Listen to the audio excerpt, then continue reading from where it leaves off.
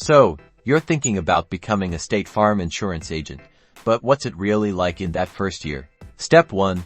Let's talk training. State Farm offers extensive training programs. You'll dive deep into insurance products, sales techniques, and the all-important client relationship management. Expect initial classroom training, followed by field training with experienced agents. Be prepared to learn a lot and embrace the steep learning curve.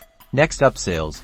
This is where things get real. You'll be reaching out to potential clients, building your own book of business. This means cold calling, generating leads, and handling those crucial sales presentations. Persistence is key as you navigate the ups and downs of connecting with clients. Building strong client relationships is a must. You'll be tasked with guiding them through the process. This requires empathy, active listening, and the ability to explain coverage options clearly. Keeping in touch, providing top-notch customer service is what sets you apart.